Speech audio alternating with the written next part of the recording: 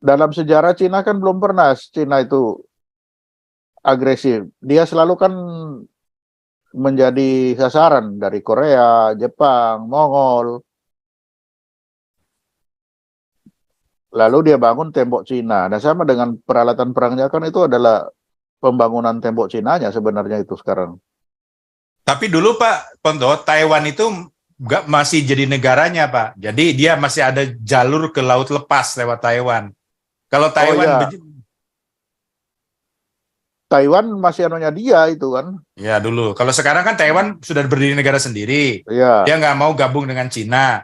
Nah, jadi dia terkurung tuh Cina itu. Iya. Padahal itu mass produk kan itu. Iya, padahal kan itu kan mass produksi. Berarti banyak tenaga Produksi, kerja, membutuhkan banyak banyak tenaga tenaga kerja. kerja. Iya. Indonesia kebagian Indonesia sedikit. nggak bisa. Ya karena Indonesia sendiri udah tahu Indonesia percuma juga buang waktu. Anunya terlalu banyak tuntutannya dari buruh lah itu akhirnya kita makan ini sembilan yang sudah ada di sini aja pada pergi, apalagi yang mau masuk untuk anu besar-besar seperti itu ya, yang mass production seperti itu kabur dari Indonesia sekarang. Ya mudah-mudahan nggak ada Ini. perang nuklir, Pak. Saya bilang Ya orang Amerika, mudah-mudahan. ya orang Amerika banyak berdoa tuh. Mudah-mudahan. Masalahnya si Putin ini kan agak apa rewe-rewe rantas malang-malang putung kan. Dia sudah bilang katanya Rusia kan Moskow udah dibom, Pak. Terus Lanjut aja Pak yang tadi geopolitik, Pak. Geopolitiknya gimana itu? Tadi kan terput. Gini Pak, Rusia itu beranggapan dia kan ingin mengembalikan USSR. Nah, untuk supaya dia bisa ke sana, pesan dari, nah ini dia yang celakanya, pesan dari spiritual, guru spiritualnya itu, jalannya itu harus lewat Ukraina. Makanya Ukraina diduduki, diambil. Dan dia percaya itu, bahwa lewat Ukraina, si Rusia bisa kembali ke... Nah, Ukraina itu juga tujuannya adalah menggoyang Amerika sekalian. Nah, itu. Nah, jadi sudah Rusia tidak akan mundur itu kelihatannya, itu dia maju terus. Akan terus ya. Kalau persenjataan dia habis nggak Pak? Itu. Oh, masih banyak dia itu. Masih banyak ya? Banyak dia. Karena kan dikeroyok. Iya, ada dikeroyok dia. Nah, tapi kalau Cina sama Amerika itu aku pikir Cina enggak akan, dia kan malas itu perang. Yang penting fulus ada. Iya, iya. Dalam sejarah Cina kan belum pernah Cina itu agresif. Dia selalu kan menjadi sasaran dari Korea, Jepang, Mongol. Lalu dia bangun tembok Cina. Nah, sama dengan peralatan perangnya kan itu adalah pembangunan tembok Cinanya sebenarnya itu sekarang. Tapi dulu Pak Ponto, Taiwan itu masih jadi negaranya Pak. Jadi dia masih ada jalur ke laut lepas lewat Taiwan. Kalau Taiwan, Taiwan masih anunya dia itu kan. Ya dulu. Kalau sekarang kan Taiwan sudah berdiri negara sendiri. Iya. Dia nggak mau gabung dengan Cina. Nah jadi dia terkurung tuh Cina itu. Iya. Secara laut itu terkurung dia. Makanya dia tidak akan aneh-aneh. Dia akan berpikir 2-3 kali ngeluarin uang untuk perang doang. Untuk dengan Indonesia aja, waktu Natuna, itu waktu aku masih dinas, aku panggil atas pertahanannya itu. Apa mau perang kita? Aduh, untuk apa Pak? Menang jadi arang, kalah jadi abu. Lalu, ayo kita kerjasama aja lah yang baik. Iya. Ngapain perang? Itu prinsipnya dia itu. Cuma masalahnya gini Pak, jadi saya dengar itu dari sebutlah strategik Amerika ya, jadi yang menjadi penasihat presiden, kan dia jadi udah jengkel nih karena kalah secara ekonomi maksudnya. Nah dia mau itu jadi apa namanya? CHOK itu.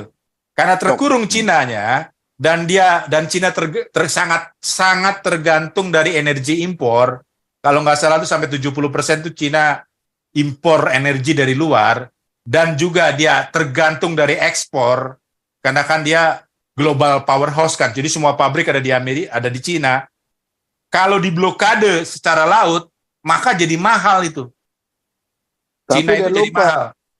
Sekarang makanya Cina dengan obor jaluran Silk Road jalan darat kan dia buka sudah. Ya, Kan, tapi jadi kan mahal sudah Pak. Kalau pakai darat itu paling mahal. Jadi mahal dia. kalau pakai laut katanya paling murah. Jadi harga sepatu naik misalnya yang dibuat di Cina, dikirim dengan kontainer yang gede-gede gitu. Ya, memang itu dia tinggal blokade itu yang. Ya. Nggak ada Tapi jalan keluar. masalahnya Amerika sendiri akan kena karena dia juga impornya sekian banyak itu dari Iya, betul. dari Amerika kena Cina. juga. Iya, dia kena juga.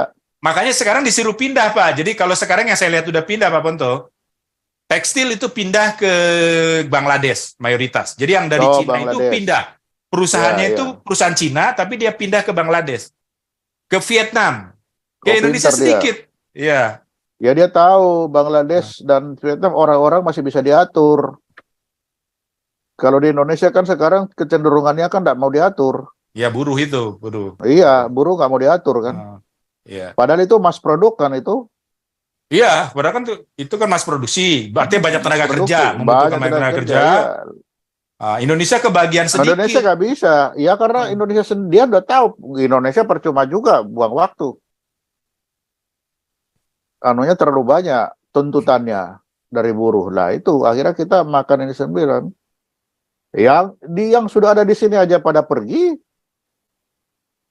Apalagi yang mau masuk untuk besar-besar seperti itu ya. Yang mass production seperti itu. Itu kabur dari Indonesia sekarang. Karena buruhnya nggak bisa diatur. Ya. Itu situasinya.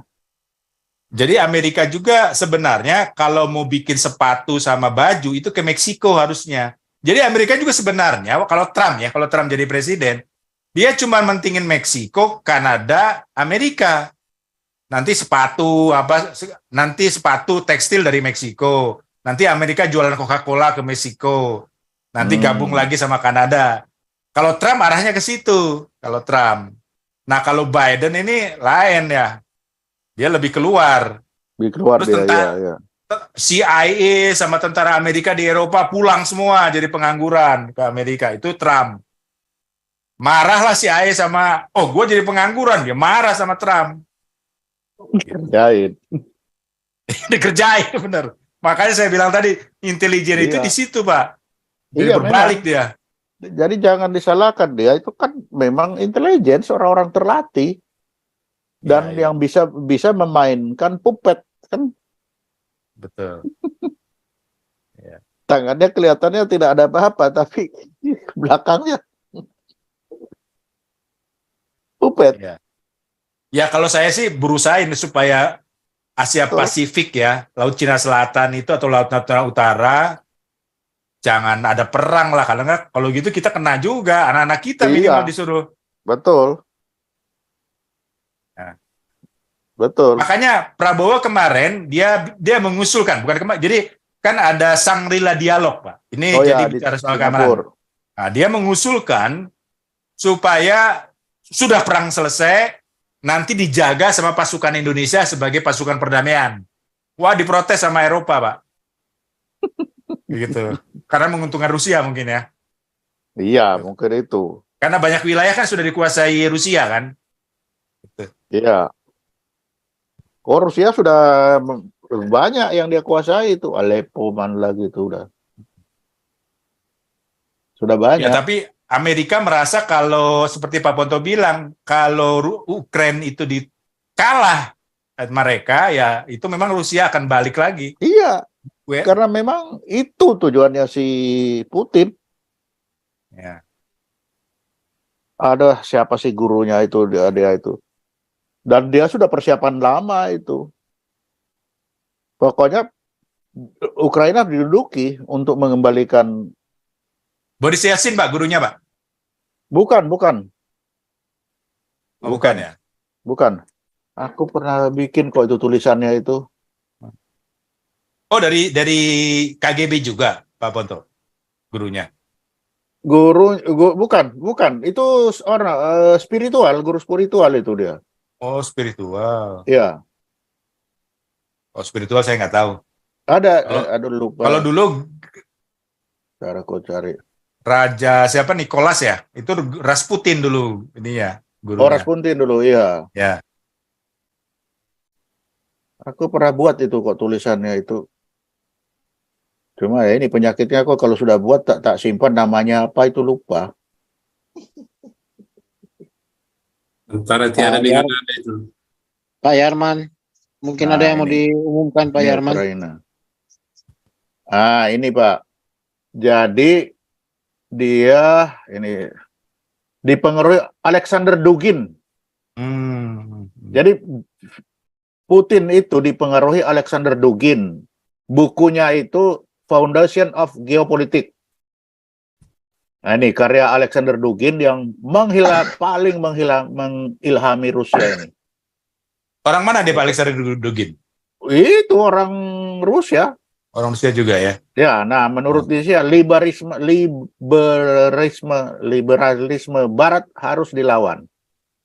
Ukraina itu pintu masuk paham liberalisme Barat.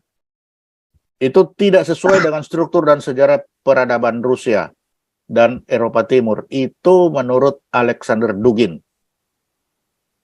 Nah, pintu masuknya itu dari Ukraina.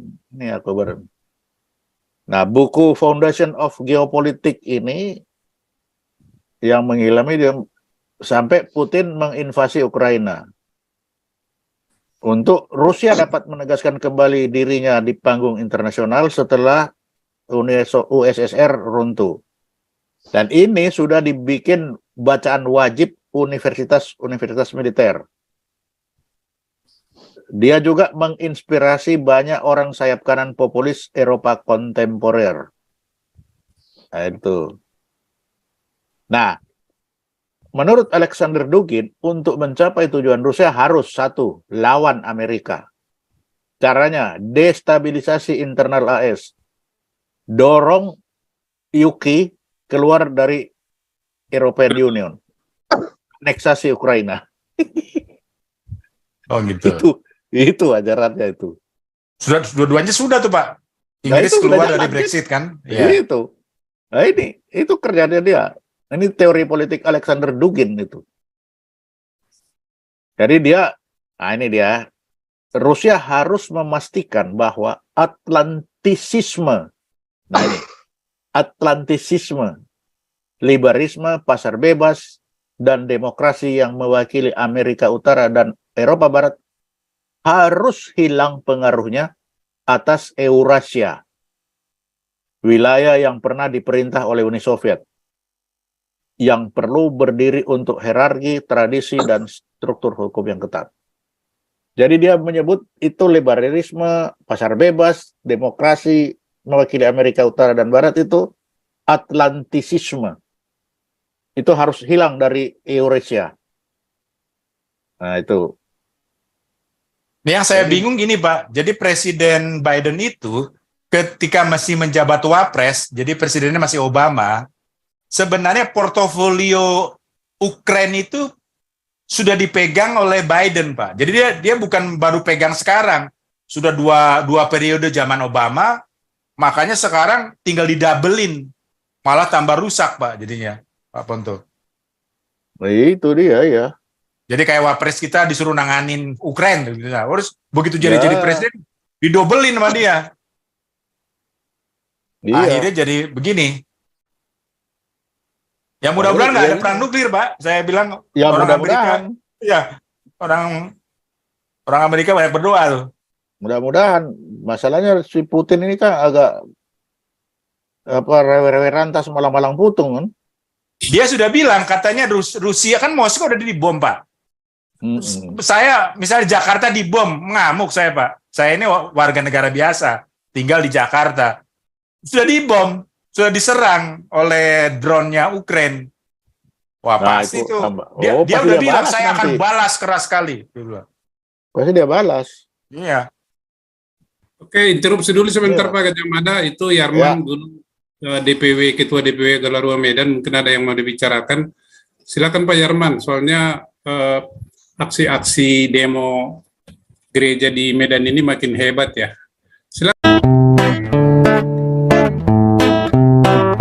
Kau bilang kau menang debat lawan domba yang sesat. Kau bilang banyak yang tobat